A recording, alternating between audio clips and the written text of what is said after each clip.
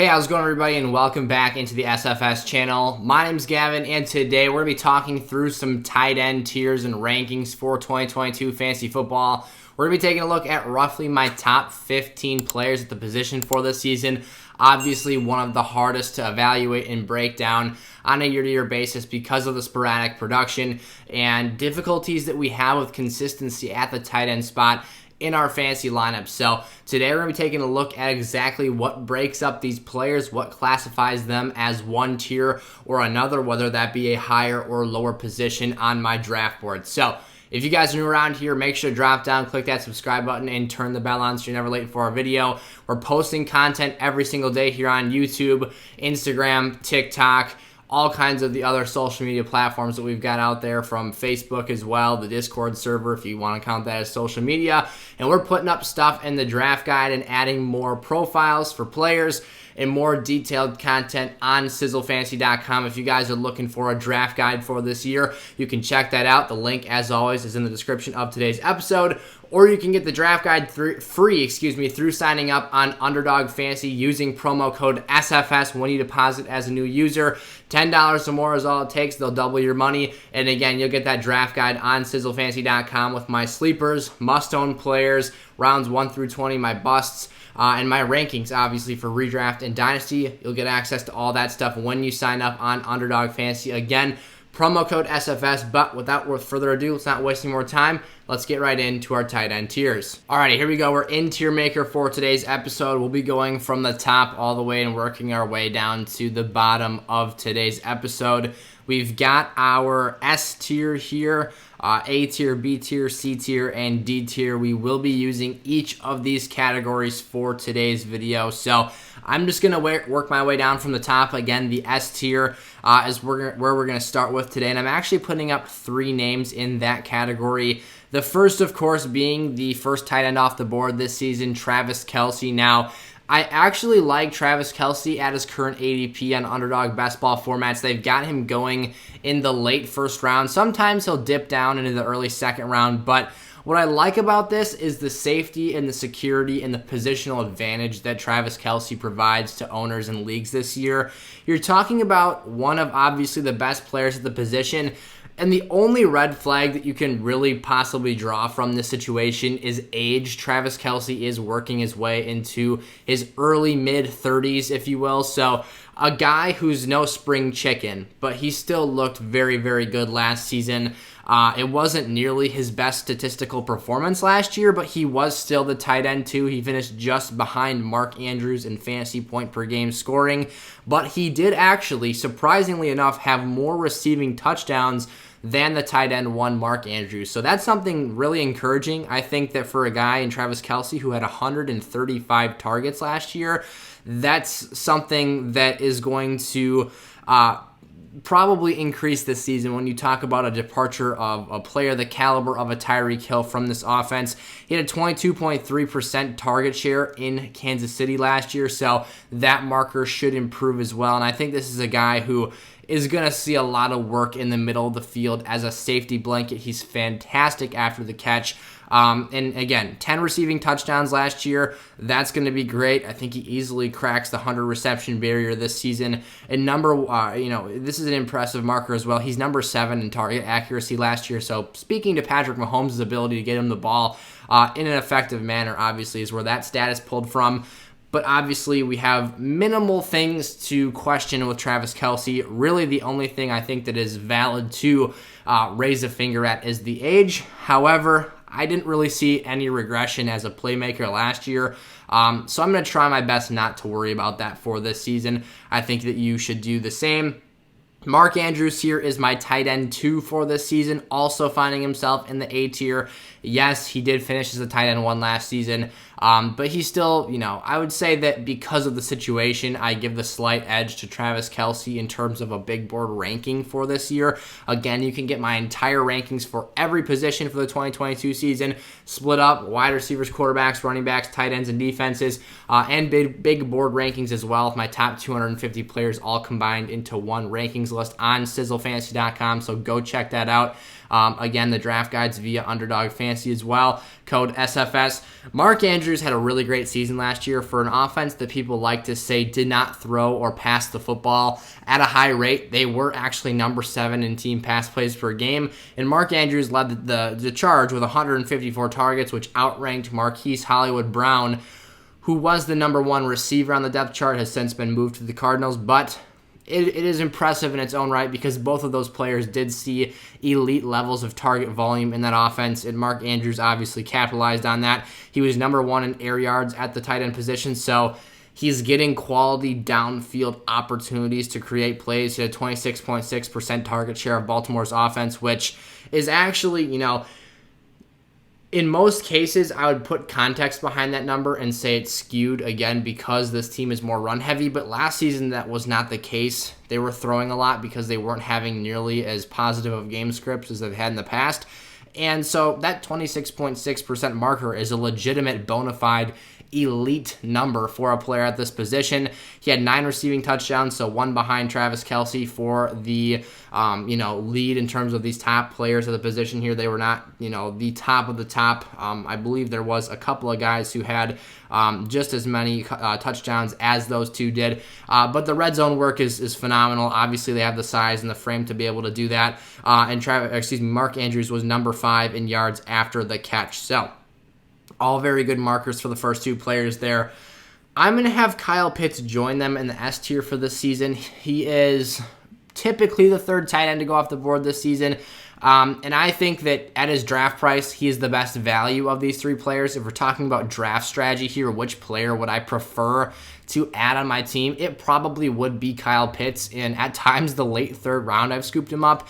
And I just think that he has bona fide tight end 1 potential. Now, that doesn't mean he'll hit on that upside, but I very much think that he is certainly in the conversation. And with the draft value separation between these players, I think it's a no-brainer to draft Kyle Pitts in the 3rd round of your leagues if, the rest of your team is constructed in a way, maybe you've addressed your running back position at least once in the top 3 rounds, and you've added another really solid high upside piece to your lineup, then Kyle Pitts is probably the right option for you. He had 1,000 yards as a rookie, obviously has freakish athletic talent in terms of his speed at that size that he possesses. He was 2nd in air yards last year, 2nd in average depth of target, so he is getting the football sailed to him downfield. He was number 3 in deep targets at the position, so again, stretching the field vertically and adding more than just a middle-of-the-field safety blanket or red zone weapon. He was number 4 in yards per route run.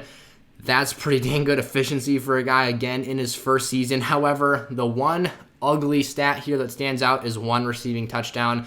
This could be traced back to Matt Ryan being 31st in red zone passing accuracy, and we've seen that kind of play out for a few seasons now. Tight window throws aren't his thing.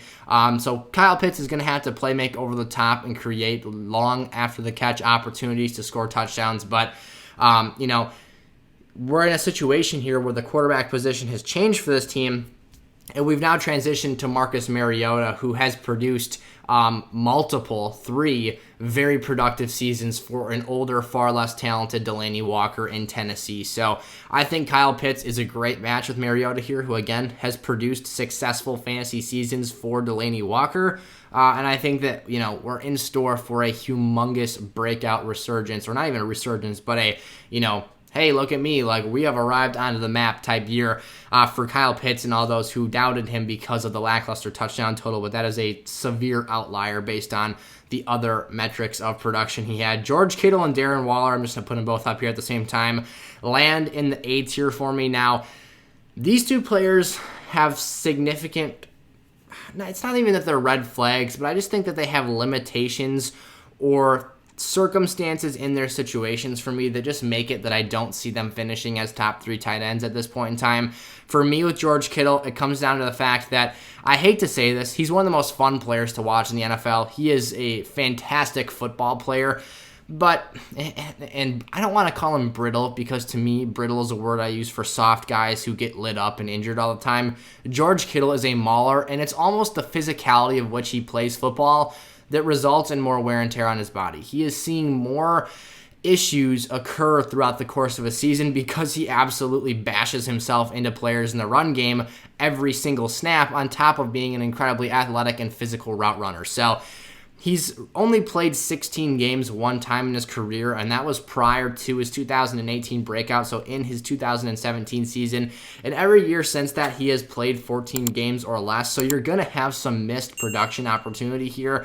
That's just the nature of the game here. As he continues to get older, I don't expect him to stay healthier. And I'm not even, again, throwing an injury-prone tag at him. I'm just saying that, if I used my body as a battering ram and went and smashed into somebody over and over and over again for an entire 3.5-hour football game, I would probably get injured too. So this is not over criticism, or at least that's not my intention here with how I am addressing this spot with George Kittle. It's just me being realistic with myself and assuming he's probably not going to play more than 14 games, because that has been the trend here for the last few seasons dating back to 2018. So the next part of this conversation I want to have is the touchdown production. We just kind of laid out the red flag with Kyle Pitts there, which I think is an arbitrary excuse not to draft him. But with George Kittle, we actually do have a sample size. Again, he's been in the NFL since 2017. And again, he didn't really break out until 2018, so I'm not going to really hold that 2017 season against him. But he's never had more than 6 receiving touchdowns. Now, he did set a career high this year at 6, but prior to that, it was 5 touchdowns. And you've just never seen that elite ability to break through and have a double-digit reception touchdown season, which at the end of the day is kind of a big deal. So I went back and dove into the numbers to see exactly what was going on here, and he only had 8 red zone targets last year. I mean, if you're going to score 6 TDs on 8 red zone targets, that's showing you how much he can get the job done from outside of the 20-yard line. However, when you get into striking distance, they're not looking his way. This is a run-first, smash-mouth power football team. They're running the ball down there. That's just what they do, whether it was Debo or somebody else. They were pounding the ball in on the ground and not really relying on the air game. Now, how will the offense look differently with Trey Lance under center? I don't know. Maybe that raises Kittle's upside a little bit here, but I do have my question marks. Darren Waller, the next player I want to talk about here. Waller, it's very interesting to me. So he only played 11 games last year, so I don't want to totally hold his season from last year against him. I mean, he had some ridiculously absurd performances. We're talking week 1 against the Chargers, I believe that was, where he had like 17 or 18 targets, and I was like, holy cow, we are in for a historic season here. I didn't think he was going to see that many targets every game, but I was like, if this dude gets double-digit targets every single week here, you're looking at an out-of-this-universe finish. That didn't happen. He got dinged up. Again, he missed, 6 games out of 17, played 11 of them. So he did have 93 targets in those games, so you're clearly talking about someone that's going to go well over 100 targets on the season had he played those extra 6 games. And he only had a 24.2% of the target share regardless, which I don't mean to say only, like that's some underwhelming metric. Typically, when I look at any player in the passing game, if you're getting 25% of the target share, which is a 0.08 difference. So again, not trying to blow this metric out of proportion here or seem like some unreasonable a-hole here, but basically, he's a little bit shy of that elite level target territory pre-Davante Adams entrance into this offense, which is a big deal for me because Davante Adams is going to see the most targets. He's going to get the lion's share of the work in this Las Vegas offensive system. That's just how it's going to be. I'm sure I'm not the first one to break this news to you or be the first one to have this take. So I still think Darren Waller goes north of 20, even maybe 22% target share in this Raiders offense, but I don't think he sustains 25% of the target share on this team.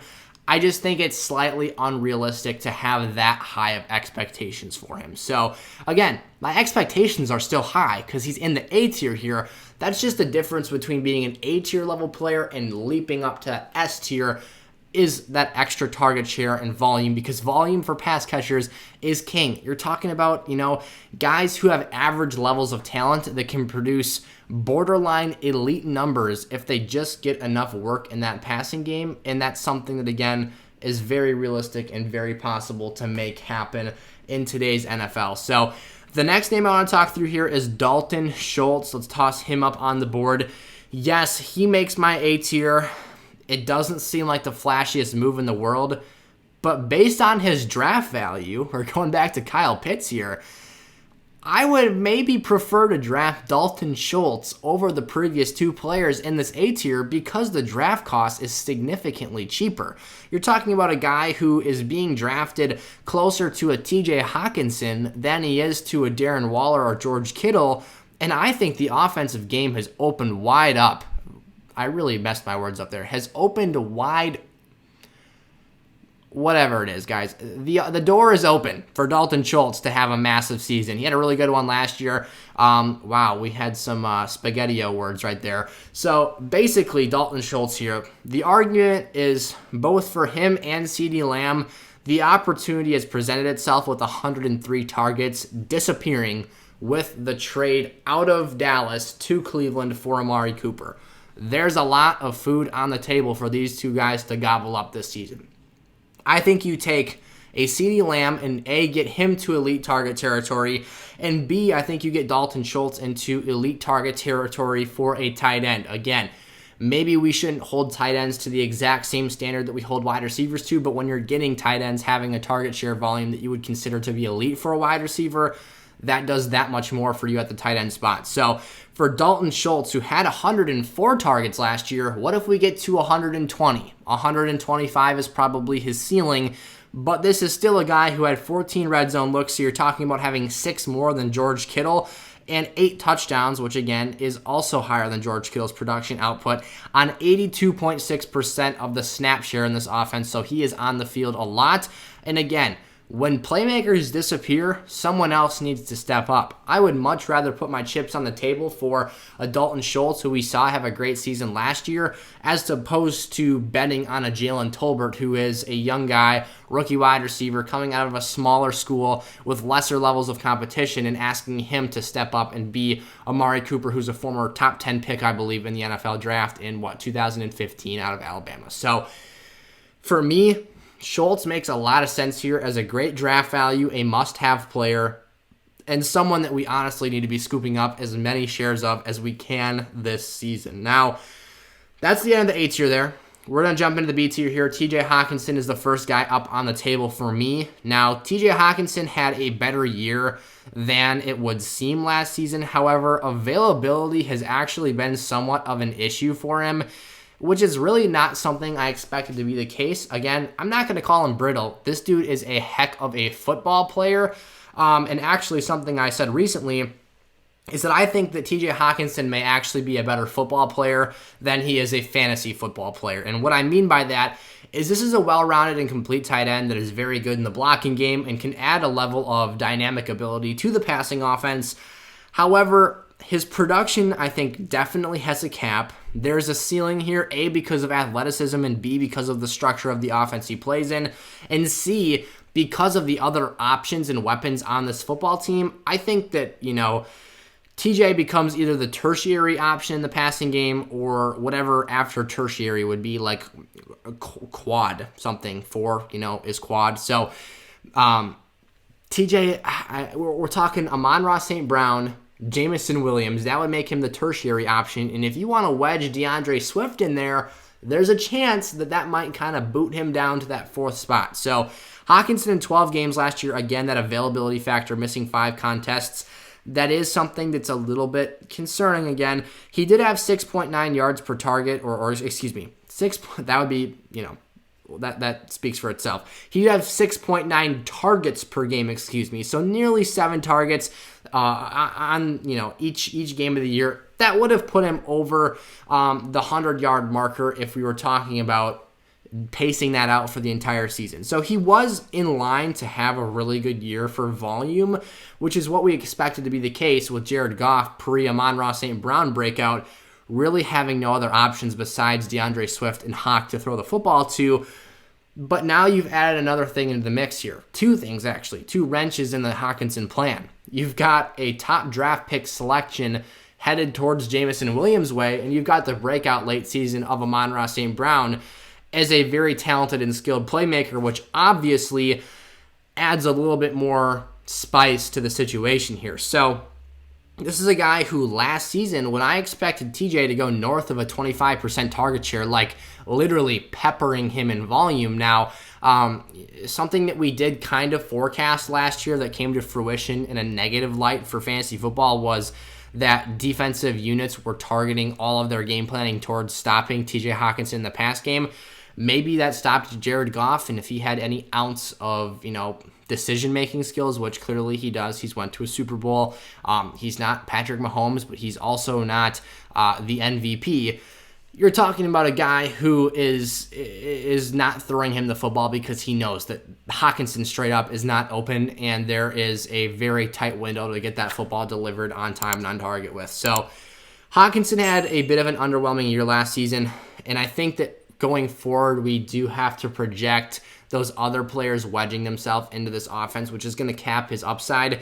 But maybe with less defensive attention comes more efficiency, higher levels of, yards per target, which we went back to and incorrectly cited earlier, and, gets him some more opportunities uncovered in the red zone. Whatever the case might be, he was 17th in routes run at the position, so still a guy who was up there in terms of the amount of times he was releasing from the line of scrimmage despite missing. He was nearly in the top half of tight ends in the league last year despite missing 5 games. So that's a pretty big deal for me. I think Hockenson at times is getting a little bit more flack than he deserves, but also we do have to be realistic in our assessment of him. Dallas Goedert, did not mean to put him in the A tier there, belongs in the B tier. Goedert had 76 targets in 15 games last year, 18.6% of the target share, and a 78.0% snap share.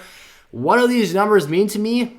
It means we're overrating Dallas Goedert, and he does fall in the B tier because he's very talented, but you're talking about a player who in his first season, now I forget exactly what week it was that the Eagles ended up letting Zach Ertz go, but your first stretch of time as the clear, dominant number 1 choice at the tight end spot, you have a situation where you're not even cracking 80% of the snap share. Now, he was dinged up, but if you're not suiting up for a contest, if you are inactive, that does not count towards your snap count percentage and share in that offense.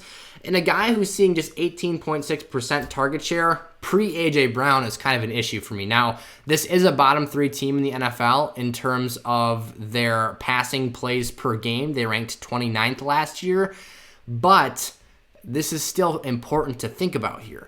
The volume will not be there for Dallas Goedert. He is solely going to have to base his production off efficiency and playmaking with his athletic and skill as a football player, his athletic ability and skill, that is. And again, if that number deteriorates and decreases, you're going to have a further issue here. So the more I dive into the situation, the less excited I am about Dallas Goedert. And again, as we move on to our next player here, if there's a guy I'm looking for in this tier, it's the last dude. They might be lower in my rankings, but the value for a guy like a Dawson Knox is just better, and the drop-off in production is not that much lower. You're talking about a guy who had an 86.1% snap share in his offense.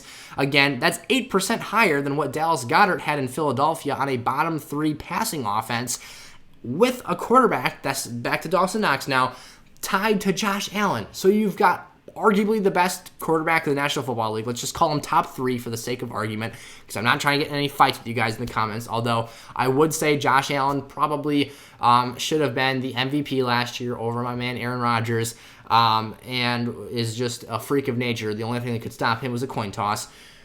Josh Allen and an 86% snap share, 86.1, that ranked 4th amongst tight ends, versus Dallas Goedert and Jalen Hurts in a 78% snap share. I'll take Dawson Knox every single freaking time of the week. 24/7, 365, pound the table, take it to the bank. Dawson Knox every day. Now, the one issue here where, Dallas Goedert guys on this side of the argument can say, hey, Gavin, shut your mouth, calm down for a second here.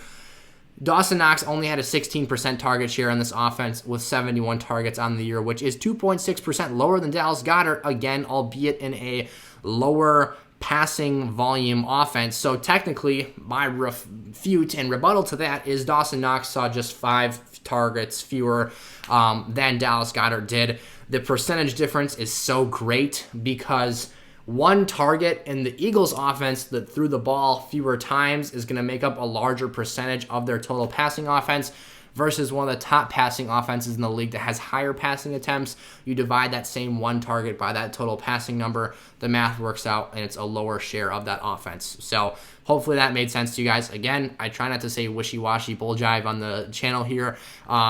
If you have a question, please put it in the comment section below. And it's bound that I'm going to have at least one misspeaking throughout the video. So if I say something that just sounds like hocus pocus, put it down there. Ask me what the heck I meant by that, and I'll clarify. But essentially what I mean here, better draft value, better quarterback, more valuable offensive infrastructure. Yes, there's more competition for targets, but Dallas Goedert is now having a big-time competitor for target share in the Eagles offense.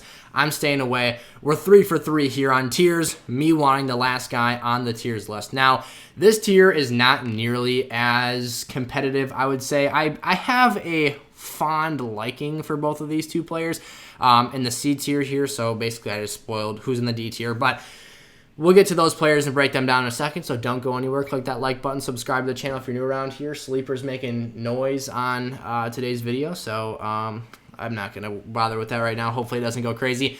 Pat Freiermuth and Robert Tonyan are the two guys I have in the C tier. Now, I think both of these guys have the chance and an opportunity, so these would still technically be tight end one options, top 12 players.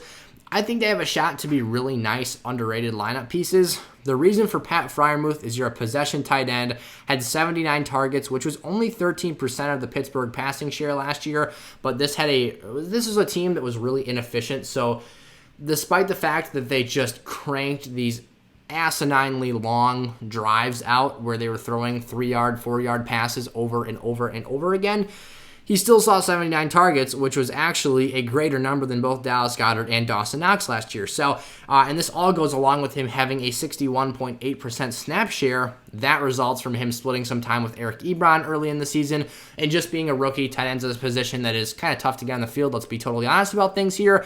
And at the end of the day, it was not a perfect offense in Pittsburgh. But I think things can get a little bit more stable, become a little bit better this season with Kenny Pickett and the MVP throwing the ball for this team. Again, my hope is that the MVP can just watch from the sideline and let Pickett do the work there. But at the end of the day, Pat Freiermuth is very talented.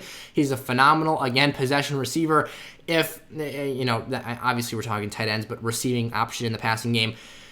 My hope here for Freiermuth, which we could see him vault to that 13% target share despite bringing in a rookie in George Pickens and obviously Chase Claypool being healthy and all this other redistribution stuff we have to deal with quarterback changes. My hope is that a young quarterback, when looking for a safety blanket, is either going to lock on to the closest option from the line of scrimmage, which if Freiermuth releases from the line of scrimmage, runs 5 yards downfield, and sits down the middle, dump that down over and over and over again. That's option A. Or B, you've always got Najee swinging out of the backfield on the check there. But we'll see what ends up happening. I think Kenny Pickett will actually do pretty well for this offense. The moral of the story here is I think that, especially in PPR, Pat Freiermuth as a later value tight end could be a pretty nice option. Robert Tonyan now for the Green Bay Packers, my favorite NFL team.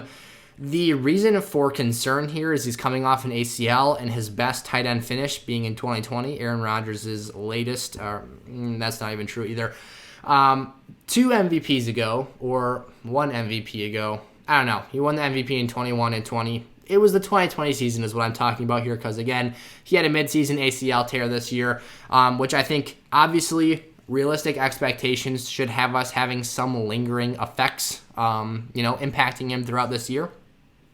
Tonyan, in that 2020 season, had monster numbers and absolutely insane efficiency. He had 11 touchdowns on 59 targets, not receptions, targets. How does that even happen? It's like literally, how is that possible? So that level of efficiency and production is literally as unsustainable as it gets. However, this Packers offense needs to find weapons to address the gaping hole of like almost 170 targets that Devontae Adams just left chilling there in Green Bay. So I think Tonyan's a fair candidate as a veteran playmaker who Aaron Rodgers trusts to absorb some of that volume and make plays for this team this season if he can stay healthy and obviously get himself out there on the field. So that leaves us to the D tier here. And with these guys, the tough thing is there's really not that much production. There's really not that much past track record of fantasy success to deal with here. What we're looking at with these guys is situational utility and upside, whether it is an improvement in quarterback play or a niche role that they can fulfill at a high level for their offense. Let's talk Mike Gesicki. It's simply the red zone. You've got Jalen Waddle, who in his rookie season had 142 targets, and Tyreek Hill entering the situation, which very well could get himself 140 targets. Now, I don't think both of these players do that in the same offense. Maybe one's at 140 and one's at 120 or 125. But you're talking about between those two numbers I just threw at you, that is literally, if you go 140 and 125, 265 targets for this offense. So already you're looking at some scarcity. Who else gets their looks? Who else gets their opportunities? I think Mike Gesicki, being those two guys, are fast, flashy playmakers that do their damage in space. Gesicki's that guy that works really well as a large, athletic, box-out player inside the 20-yard line, which is something he did at a very high level and stretches in spurts during 2021 when just Waddle was really competing for a high-volume target share. So I think Gesicki still has a nice role here. He's not my favorite tight end to draft this season. As a matter of fact, I probably won't have too many shares of him this year, but I do think it is attractive to an extent here and is somebody who is, again, in a situation that he could find success, but again, that obstacle is the target share and volume he'll get. Irv Smith, for me, comes down to the talent. It's his third season out of Alabama. He's a bit of a smaller tight end. He's definitely a skilled receiver, though. And for a team that I don't think wants to run the ball too much, at least with Dalvin Cook, they want to stay fairly balanced here and not wear out their most explosive offensive player besides Justin Jefferson. I almost said Jamar Jefferson, combining the two LSU receivers' names and creating the Oklahoma State running back from the 2020 draft, besides the point.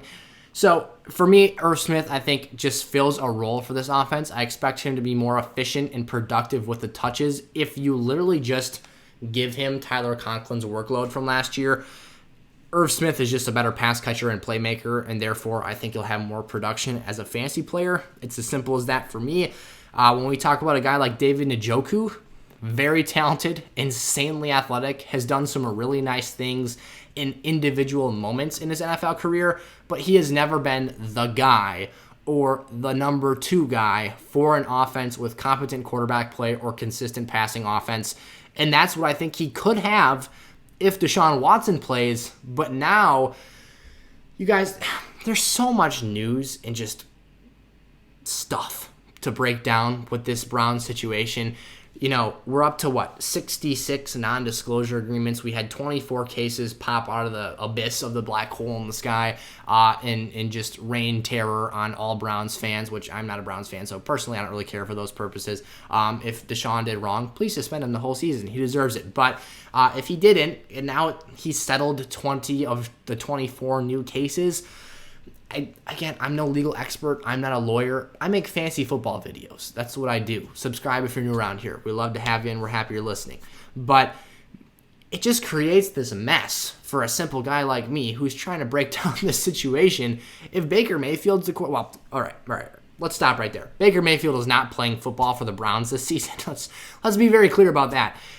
Who's the next guy? Jacoby Brissett plays quarterback for this offense. I don't really like David Njoku that much. I made a TikTok. Go follow me on TikTok, by the way. I'm trying to blow up on there. It's a pretty hard process.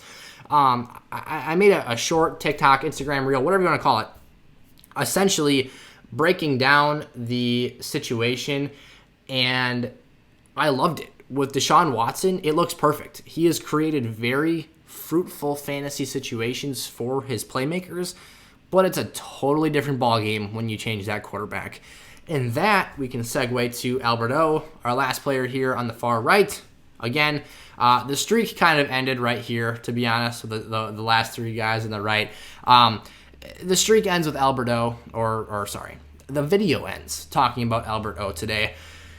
It's as simple as Russell Wilson, his red zone productivity. He has shown, he's made guys in stretches like Will Dissly, a converted offensive lineman turned tight end, productive from having red zone success, throwing them the football and winning contested catches.